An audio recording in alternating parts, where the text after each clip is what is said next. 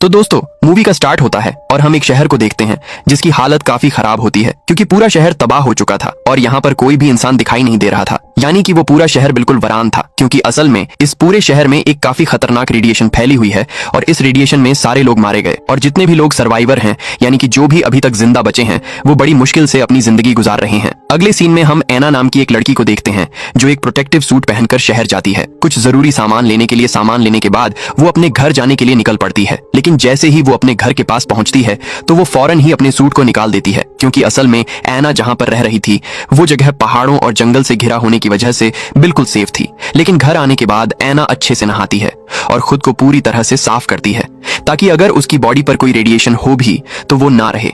ऐसा करने के बाद एना सो जाती है। फिर अगले दिन एना जब अपने डॉग के साथ अपने लगाए हुए ट्रैप को देखने के लिए जाती है तो वो देखती है कि इस ट्रैप में तो कोई भी चीज नहीं फंसी, यानी जो उसके खाने के काम आ सकती। लेकिन तभी अचानक से एना का डॉग वहां से भागने लगता है, इसीलिए अब एना भी उसके पीछे पीछे जाने लगती है, जहां वो अपने डॉग का पीछा करते करते एक अजीब तरह की दिखने वाली गाड़ी के पास पहुंचती है और तभी उसका डॉग किसी को देखकर वहां से भागने लगता है। इसी वजह से अब एना भी एक जगह पर छुपकर ये देखने लगती है कि आखिर वहां पर कौन है इन्हें, जिसको देखकर उसका डॉग वहां से भाग गया। जहां पर एना देखती है कि एक आदमी एक सूट पहने उसी गाड़ी के पास आता है और इस आदमी का नाम जन होता है। फिर वो अपनी मशीन से वहां पर रेडिएशन चेक करने लगता है, लेकिन उसे यहाँ पर रेडिएशन नहीं मिलती, जिसकी वजह से जन काफी खुश हो जाता है और वो अपना सूट उतार देता है और खुशी से जोरों जोरों से चिल्लाने लगता है। खैर, ऐसा करने के बाद जोन वहां से आगे बढ़ जाता है, जहां उसके जाने के बाद एना अब उसकी गाड़ी के पास आती है। लेकिन तभी एना का डॉग उसे अपने साथ चलने के लिए कहता है और जब एना उसके पीछे पीछे जाती है तो उसे एक जगह पर जन दिखाई देता है जो कि इस टाइम वाटरफॉल से गिरने वाले पानी में नहा रहा होता है। तब एना फौरन से भागकर उसके पास आती है और जल्दी से उसे पानी से निकलने का कहती है। लेकिन जब जोन एना के पास गन देखता है तो वो डर भी जाता है और अलर्ट भी हो जाता है, इसीलिए वो फौरन से ही अपने गन उठाकर एना पर पॉइंट कर देता है। तब यहाँ पर एना जोन को समझाती है कि देखो, मैं यहाँ पर तुम्हें कोई नुकसान पहुंचाने नहीं, तुम्हें मारने नहीं आई, बल्कि मैं तो तुम्हारी बेहतरी के लिए यहाँ पर आई हूँ, तुम्हें मना करने के लिए कि तुम इस पानी में ना नहाओ, क्योंकि असल में ये पानी शहर में से आ रहा है जो कि रेडियो एक्टिव है। तब ये सुनकर जोन एकदम से घबरा जाता है, इसीलिए वो एना की बात मानते हुए फौरन से ही पानी से बाहर आ जाता है। लेकिन तब तक रेडिएशन उसकी बॉडी में जाकर उसकी पूरी बॉडी में ही फैल जाती है, जिसकी वजह से जॉन की हालत खराब हो जाती है और उसे वोमेट होने लगती है। तब जॉन फौरन से ही अपनी गाड़ी के पास आकर गाड़ी में से इंजेक्शन निकालकर खुद को लगाने की कोशिश करता है, लेकिन उससे ऐसा नहीं हो पाता, इसीलिए इस चीज में एना उसकी मदद करती है।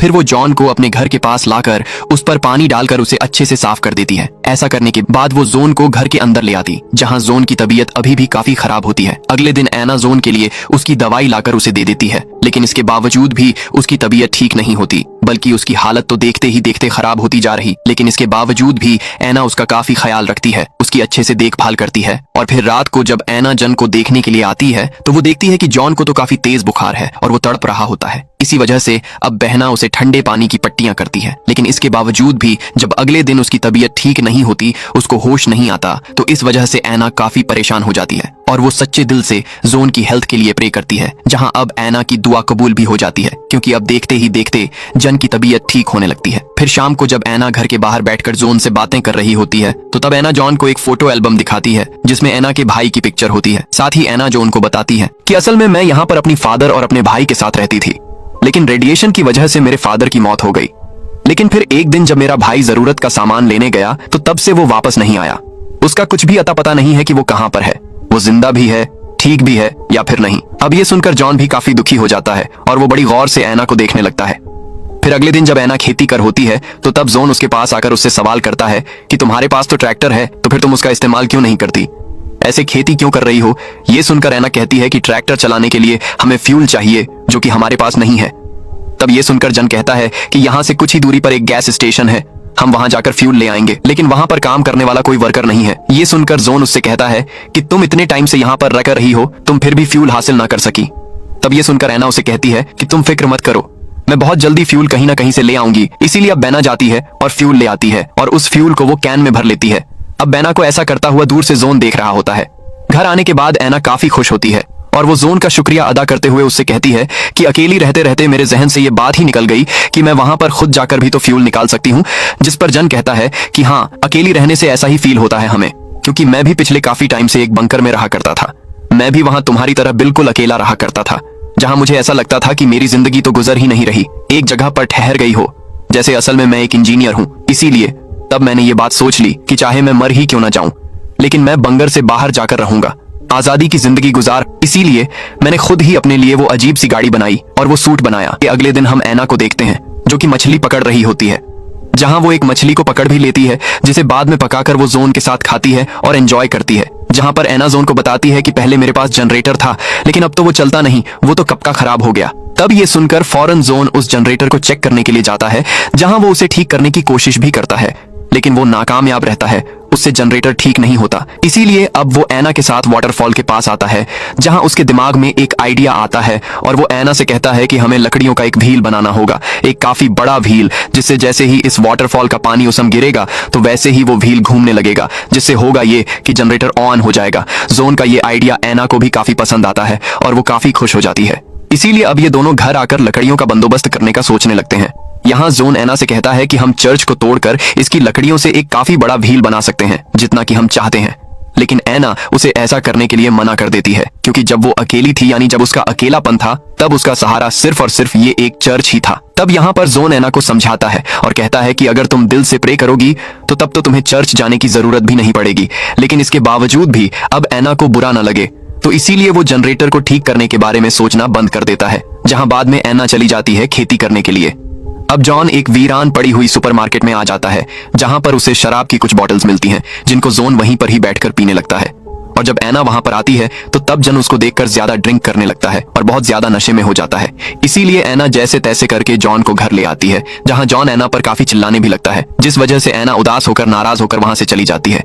फिर अगली सुबह जोन ऐना के लिए नाश्ता लेकर आता है और पिछली रात जिसने ऐना के साथ मिसबिहेव किया होता है वह उसके लिए भी ऐना से माफी मांगता है। तब उसकी माफी सुनकर ऐना कहती है कि इट्स ओके, मैं नाराज नहीं हूँ, रिलैक्स हो जाओ। अब हम रात का सीन देखते हैं, जहां पर वो दोनों कैंडल लाइट डिनर कर रहे होते हैं, जहां ऐना एकदम से बहुत ज्यादा शराब पीने लगती है। हालांकि जॉन उसे इतनी शराब पीने से मना करता है, लेकिन इसके बावजूद भी वह जोन की एक नहीं सुनती और बहुत ज्यादा शराब पी लेती है, जहां बहुत ज्यादा नशे में होने की वजह से वो अपने होश भी खो देती है। उसको कुछ भी पता नहीं चलता कि वो क्या कह रही है, क्या कर रही है। इसीलिए वो नशे में ही जॉन को शादी के लिए प्रपोज करने लगती है, लेकिन जॉन उसको शादी के लिए फिलहाल मना करते हुए कहता है कि अभी हमारे पास और भी बहुत सारी परेशानियां हैं, इसीलिए हम शादी करने के बारे में बाद में सोचेंगे, जिस पर ऐना मान भी जाती है। फिर अगले दिन ऐना जब अपने डॉग के साथ जंगल में होती है, तभी उसका डॉग उसके पास से भागकर एक आदमी के पास आकर रुक जाता है। यहाँ पर हमें इस आदमी का नाम भी पता चलता है। इसका नाम कैलब होता है, जो दिखने में ठीक नहीं लग रहा था, कि उसकी तबीयत खराब लग रही थी और वो मदद में ऐना से पीने के लिए पानी मांगता है। इसीलिए ऐना उसकी मदद करने के लिए उसे पानी देने के लिए अपने घर के पास लाती है। तब उसे देखकर जॉन कैलब पर गन पॉइंट कर देता है।